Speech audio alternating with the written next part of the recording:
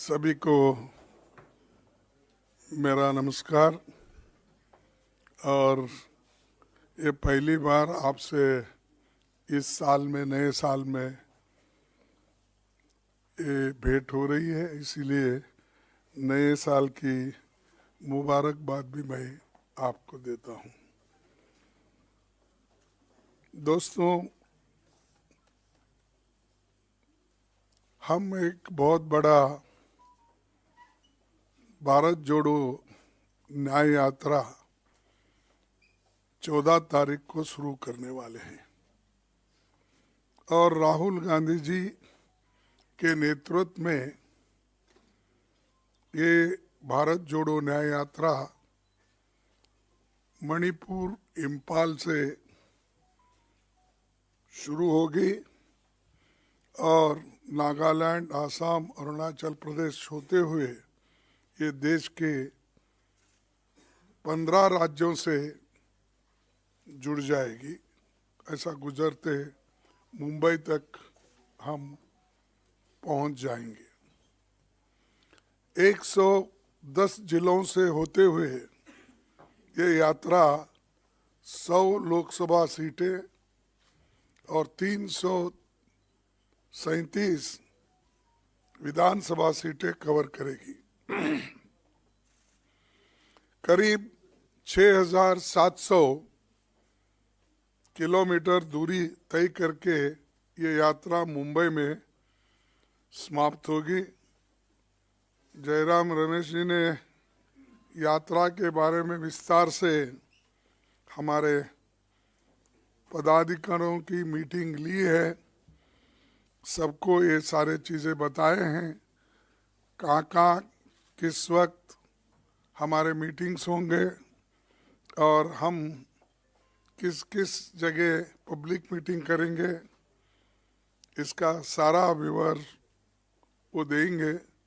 और वो अपने जितने भी स्टेट से गुजरता है उनको भी बुला के उन्होंने मीटिंग ली है। भारत जोड़ो न्याय यात्रा देश के सामाजिक, आर्थिक और राजनीतिक तीनों विषयों, देश के बुनियादी मुद्दों पर हम ये यात्रा निकाल रहे हैं। मई महीने से मणिपुर में मणिपुर में दुर्भाग्यपूर्ण घटना घटी और घटती रही, पर रात दिन मोदी जी कभी समंदर में वहाँ पर जाके या स्विमिंग करने का दिखाते हैं फोटो सेशन, कभी अभी कंस्ट्रक्शन हो रहा है मंदिरों का, वहाँ पर जाके वहाँ फोटो निकाल लेते हैं, कभी केरला में निकाल लेते हैं, कभी बम्बई में निकाल लेते हैं। हर जगह जाकर नए नए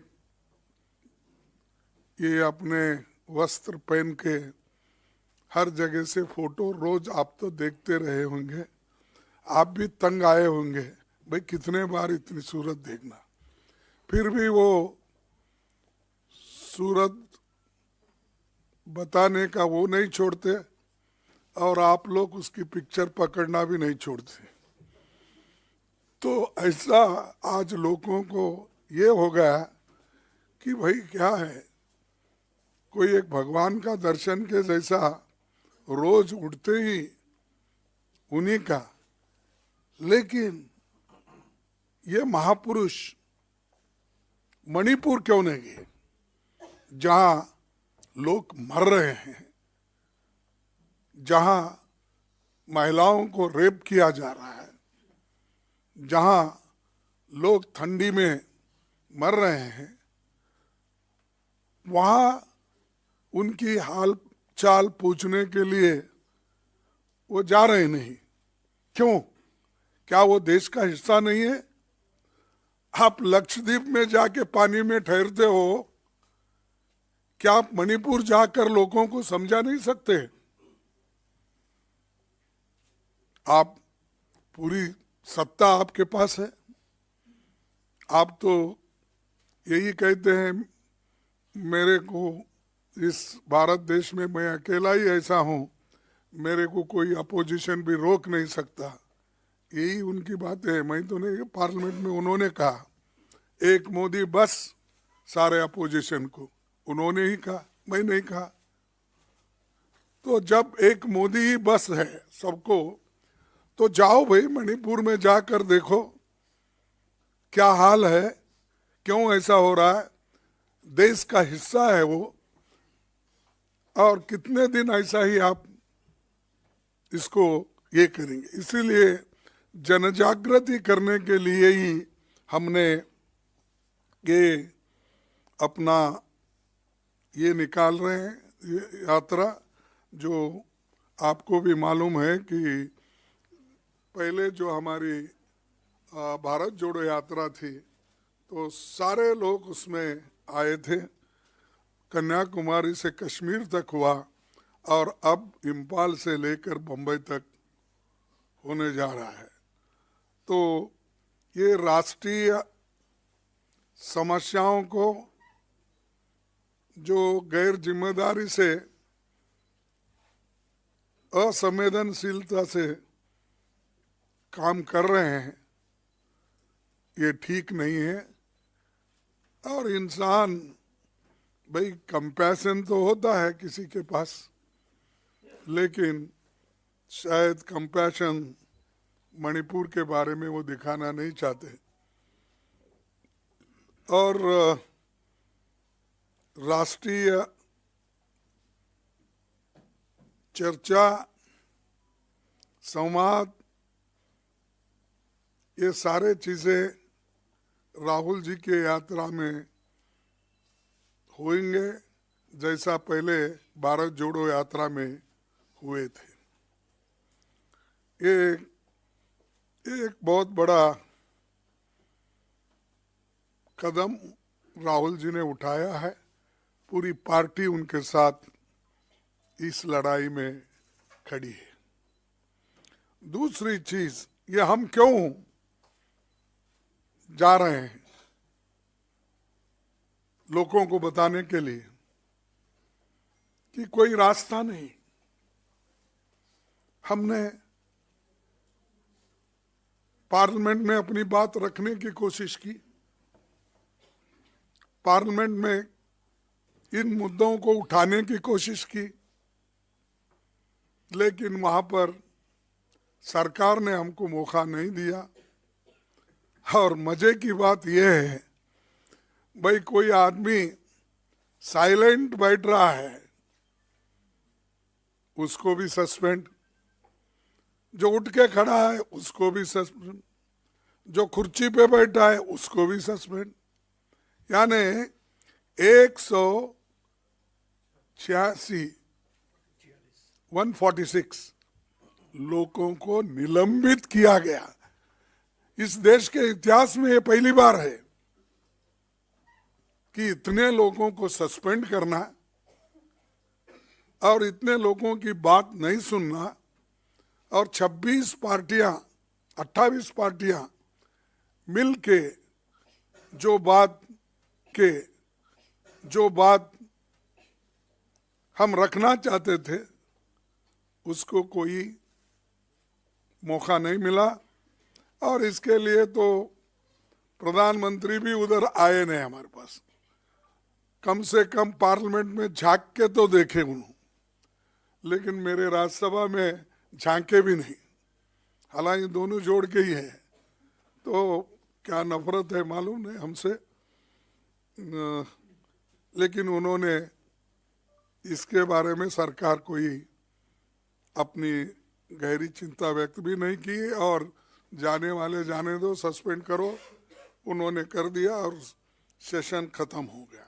इसीलिए अब हम लोगों को ये बताने भी जा रहे हैं, और जो एनजीओस हैं, जर्नलिस्ट है, किसान है, छोटे मोटे व्यापारी है, दलित है, और पिछड़े हुए वर्ग के लोग हैं, और इंटेलेक्चुअल्स है, और जो ट्राइबल सेक्शन, ये सब लोग जुड़ जाते हैं रास्ते में और मिलते हैं।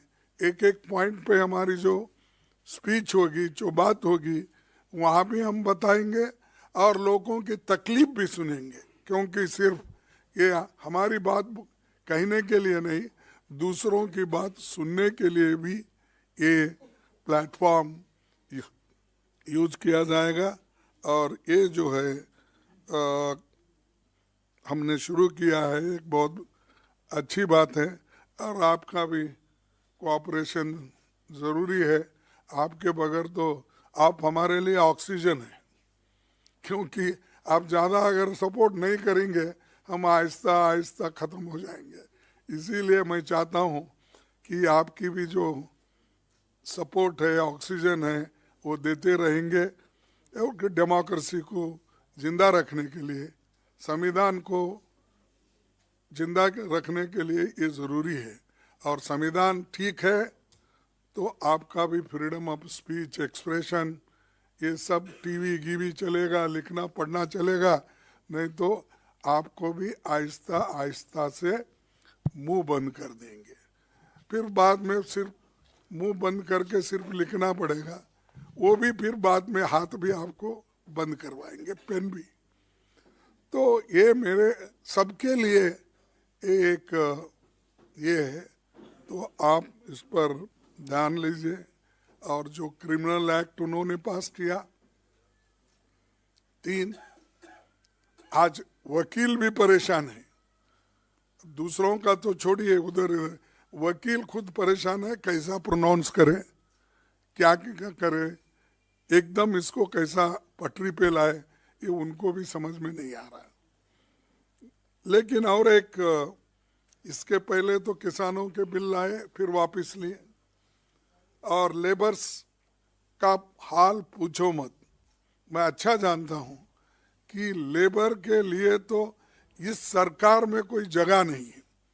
प्रोविडेंट फंड कोई पुराने लोगों के नाम से वो एनरोलमेंट कराते हैं, इतने एम्प्लॉयमेंट हमने दिया है।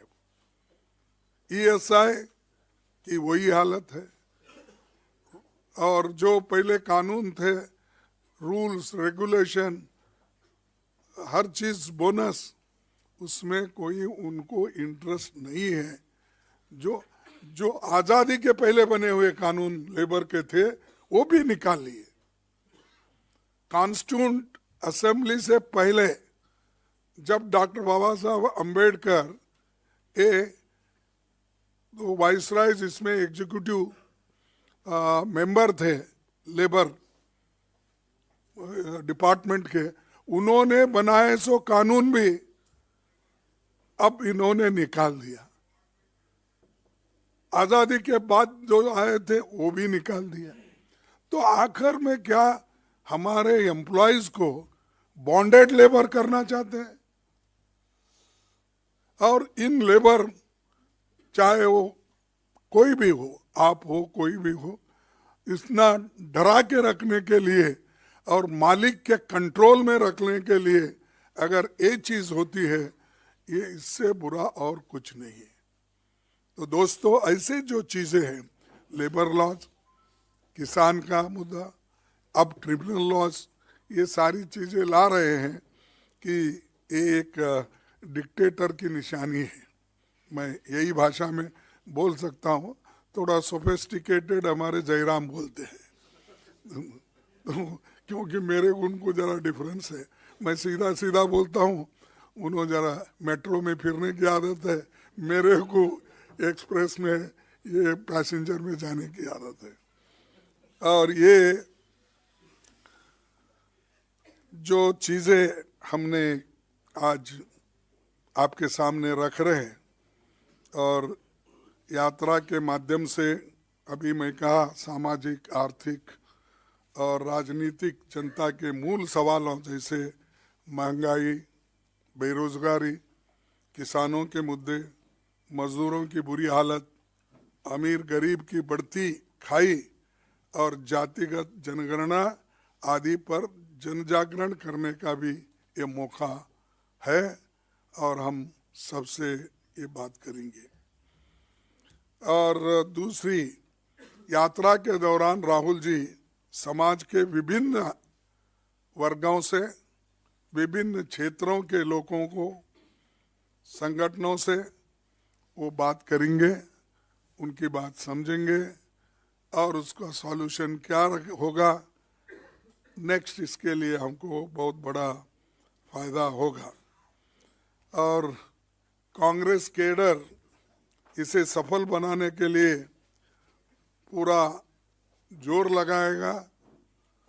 हमने इंडिया गठबंधन के नेताओं और साथियों और विभिन्न राज्यों में कांग्रेस पार्टी से संबंधित मित्र दलों, सिविल सोसाइटी के भारत जोड़ो न्याय यात्रा में शामिल होने के लिए आमंत्रित किया है। मोस्टली वो भी ज्वाइन हो जाएंगे और जिस जिस जगह वो उनकी भेंट होगी वहाँ पर भी बातचीत करेंगे। ये फिर अब मैं आप सबको आमंत्रित करता हूँ कि इसमें सभी लोग जुड़ जाए। और एक बात है कि पहले तो हमने कन्याकुमारी से कश्मीर तक सारे यूटी और स्टेट से हमने बहुत तैयारी के साथ करी थी और उसमें बड़ा यश मिला। वैसा ही हम चाहते हैं कि इस अपने यात्रा में भी हमको वही सफलता मिलेगी। और एक मुद्दा है, देखो आज देश में दूसरी चीज भी है, ये तो हमारे कार्यक्रम के साथ साथ आपको दूसरा भी बोलूंगा। खुले आम बीजेपी सरकार ईडी को, सीबीआई को, इनकम टैक्स डिपार्टमेंट को और दूसरे छोटे मोटे एजेंसीज को भी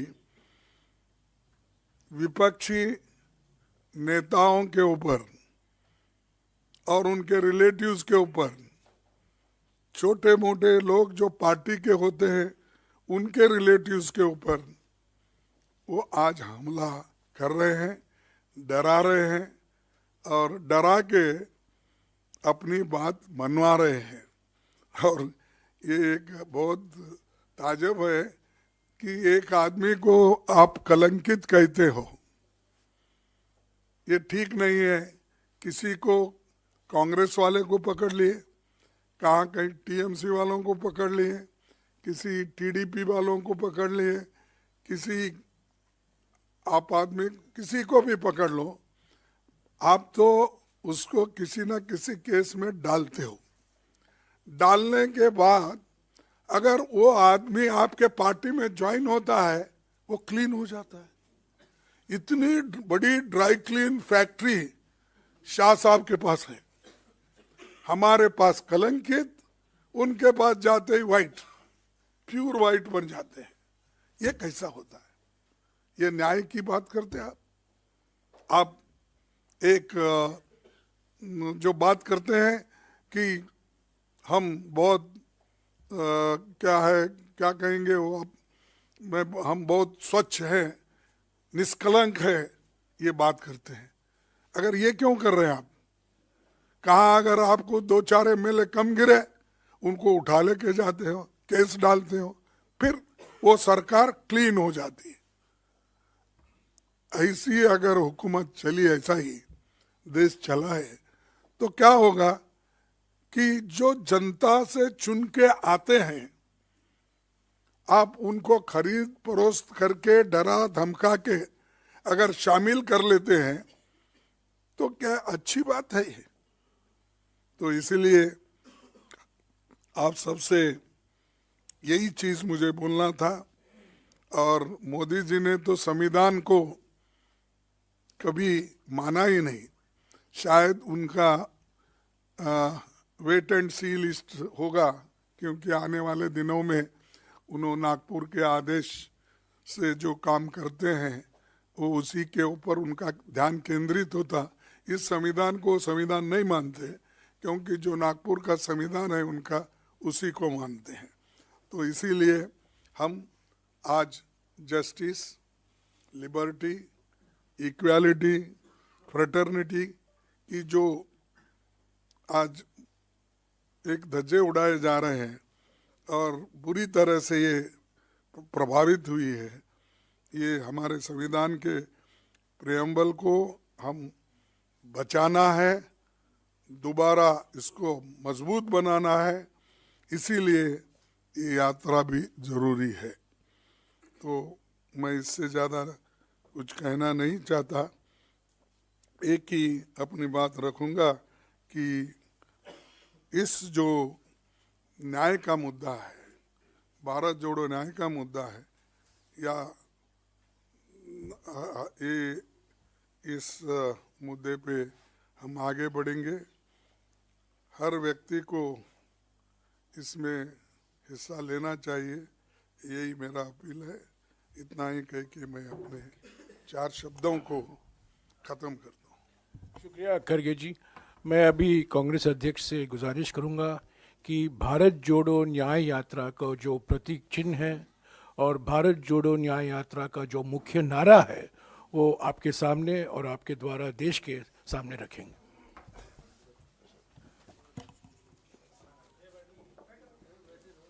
sir please stand up sir.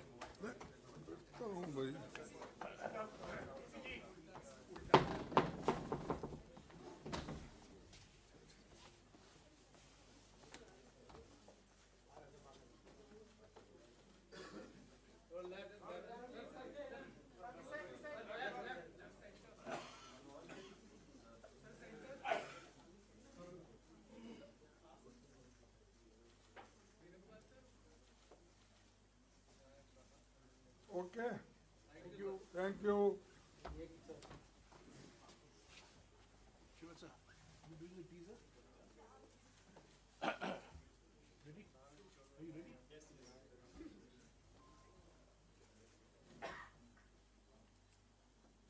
ये छोटे छोटे स्टिकर भी बनाए गए हैं और हमारे जो कांग्रेस कार्यकर्ता हैं, यूथ कांग्रेस के और NSUI के, वो प्रयास करेंगे सभी वाहनों में, सभी गाड़ियों में, बसों में, गाड़ियों में, 2 व्हीलरों में ये स्टिकर लगाया जाए।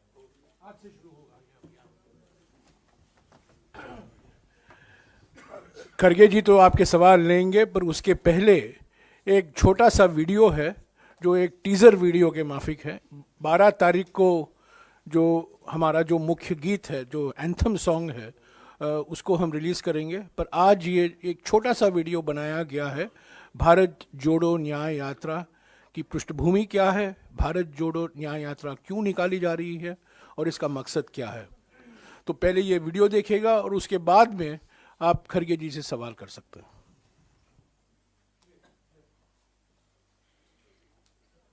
तुम आसमानों की बात करते हो, वो जमीन पर अब भी अन्याय झेल रहे हैं। तुम दौलत वालों के दिलों में हो, वो अब भी कदमों तले कुचले जा रहे हैं।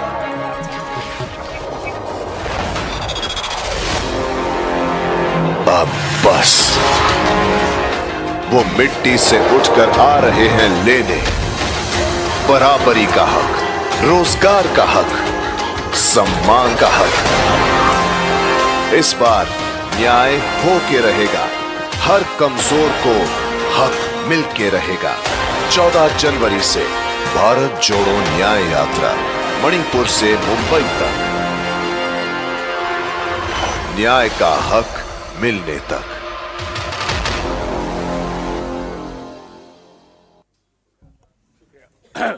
अगर आपके कुछ सवाल हैं खरगे जी से, आप पूछ सकते हैं। अच्छा होगा भारत जोड़ो न्याय यात्रा के बारे में ही आप पूछें, एक एक करके। हाँ सिद्धार्थ।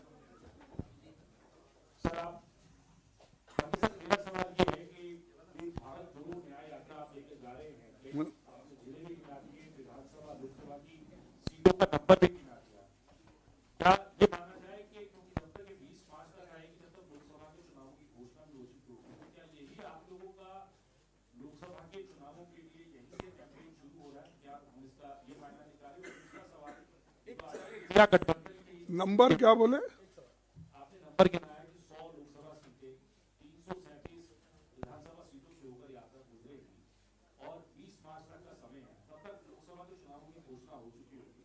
तो क्या माना जाए कि यही आप लोगों का लोकसभा के चुनावों के लिए प्रारंभिक है? देखिए, ये जो मैं आंकड़े दिया आपको जिले के लोकसभा कॉन्स्टिट्यूंसी के और विधानसभा के सीट के, ये और 6,700 किलोमीटर का, ये इसलिए मैं दिया कि हम जो पहले कन्याकुमारी से कश्मीर तक जो गए और अब जो निकले ये इतने आते हैं, इसका मतलब ये नहीं है कि हम दूसरे जगह नहीं जाने वाले हैं। हर जगह जाएंगे, हर जगह अपने बात को रखेंगे, लेकिन राहुल जी की भारत जोड़ो न्याय यात्रा इस एरिया से, इतने जिलों से वो निकलेगी, इसलिए हमने ये कहा। आपने अभी सीरीज ऑफ मीटिंग्स करी हैं पीछे, to put the party in election mode. आपने बोला कि बीजेपी बड़े इमोटिव इश्यूज उठा रही है और आपने कहा कि मोदी जी भी वहाँ फोटो खिंचवा रहे हैं अयोध्या में जाकर और ये सब करके, तो आपको भी इनवाइट आई है। बड़ा मतलब मुद्दा है ऐसा कि राम मंदिर में आप जाएंगे कि नहीं जाएंगे, या पार्टी लीडर्स को आपने क्या, सवाल ये है कि आप जाएंगे या नहीं जाएंगे और पार्टी लीडर्स को आपने क्या सलाह दी है देखिए, जाने की? ये सब मुझे इनविटेशन मिला। खुद वो सेक्रेटरी आए थे पहले, जो रिटायर्ड प्रिंसिपल सेक्रेटरी थे मोदी जी के, फिर जो ट्रस्ट के एक सेक्रेटरी शंकर जी, ऐसा कुछ नाम है, शंकर सिंह, मुझे याद नहीं, वो आए थे, इनविटेशन दिए हैं। मैं जल्द से जल्द तय करूंगा क्या करना हो।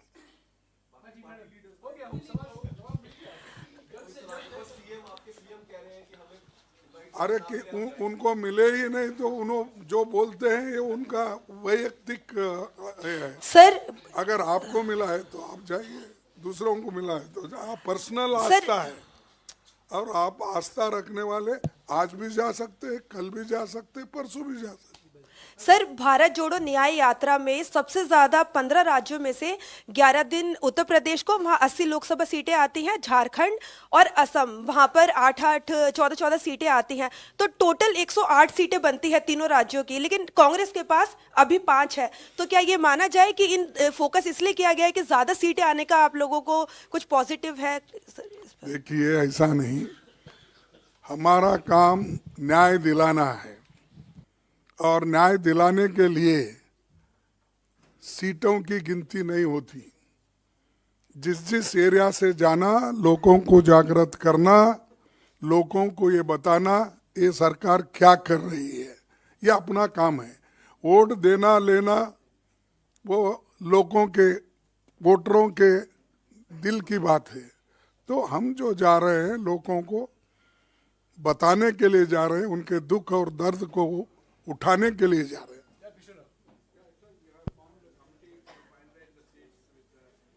Partners in India Alliance,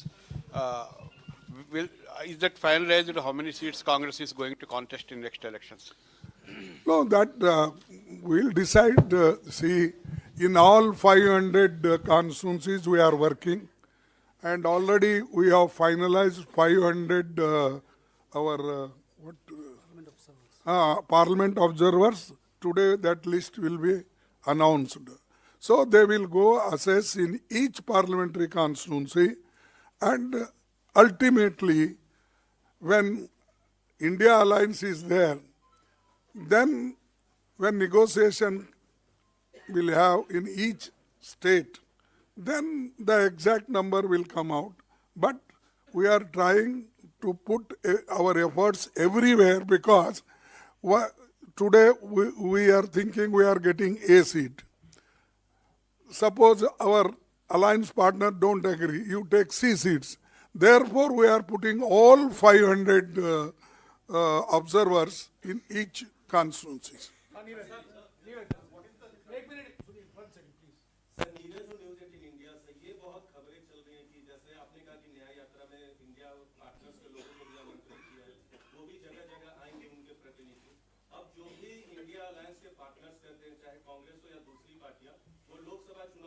नजरिए, चाहे यात्रा हो या दूसरे बैठ के आप लोग करते हैं, ये चर्चा बहुत चल रही है कि कन्वेनर का पद हो सकता है, चेयरपर्सन आप हो सकते हैं। क्या इंडिया अलायंस के अंदर ऐसी कोई बात चल रही है कि चेयरपर्सन आप हो इंडिया गठबंधन की और कन्वेनर नीतीश कुमार? देखिए, ये कौन बनेगा करोड़पति बोले जैसा ये क्वेश्चन आपने जो पूछा है, जब हमारी बैठक होगी उसमें किस ढंग से कौन सा पद किसको लेना है उसमें तय हो जाएगा, अभी 10-15 दिन के बाद। अब दूसरी चीज ये है कि ऐसी कोई बात नहीं है कि सभी लोग कि हर एक के ऊपर सम्मति बताई है और यूनाइटेडली काम कर रहे हैं, तो उसमें कोई गड़बड़ नहीं है। आप चिंता मत कीजिए, आप हमारे साथ रहिए।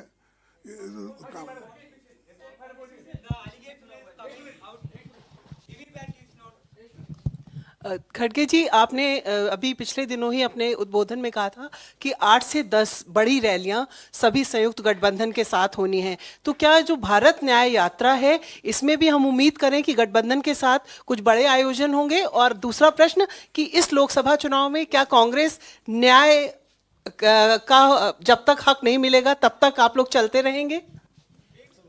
देखो, ये एजिटेशन है। आपने ऐसा टेढ़ा क्वेश्चन मुझे पूछा कि शायद ऐसा कभी हो सकता है कि न्याय मिलने तक 20 साल 15 साल तक कौन सा तो अगर है न्याय आप ही दिला सकते हमको इससे, इनसे छुटकारा ये आते हुए इलेक्शन में 2024 में। एक और दूसरी चीज, जो हमारे गठबंधन के लोग हैं निश्चित रूप से उनके साथ हम 7-8 मीटिंग करने का तय किए हैं। जगह हम एक एक करके बताएंगे, इसमें कोई दो राय नहीं है। अच्छे जगह पे करेंगे, अच्छी मीटिंग हो जाएगी और सब लोग उसमें शामिल हो जाएंगे। चना क्या था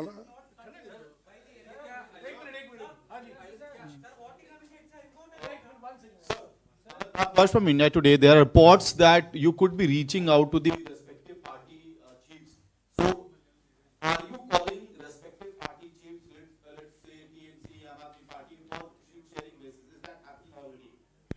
That is already our people are like. You know that we have constituted a committee. Nearly 6-member committee is working. The convener is Mr. Mukul Wasnik and Mr. Gehlot is there, and Bhupesh Baghel is there, P. Chidambaram is there, Salman Khurshid is there. They are doing their work. Mohan Prakash is there. They are doing their best, and we had one meeting already in my residence, and they are meeting every 2 days, alternate days, to finalize what is to be done, where we have to demand, where they will demand. That all things, formalities, they are doing it. Sir, you were saying, hi sir, Mr. Awasthi from the Wire, you were saying that meetings are going to take place in the coming days. So will this be one-on-one, party to party, or will it include all parties together? For instance, Congress, TMC, Congress, AAP, or will it be all the India parties together to discuss the seat sharing policy? See, ये देखिए, ये पहला तो इसके लिए preliminary हमारी जो team है वो पहले हर एक से मिलेगी, हर स्टेट हमारे लोगों को पहले पूछेगी, जो पीसीसी प्रेसिडेंट्स है, सीएलपी लीडर, सीनियर लीडर्स है, पूछने के बाद दूसरे स्टेट में भी ऐसा, उसके बाद में जो उससे निचोड़ निकलेगा या जो हमारी ये बनेगी परसेप्शन, उसके ऊपर फिर बाद में सबके साथ बैठ के वो क्या चाहते हैं, हम क्या चाहते हैं, ये बाद में तय हो जाएगा। शुक्रिया खड़गे जी।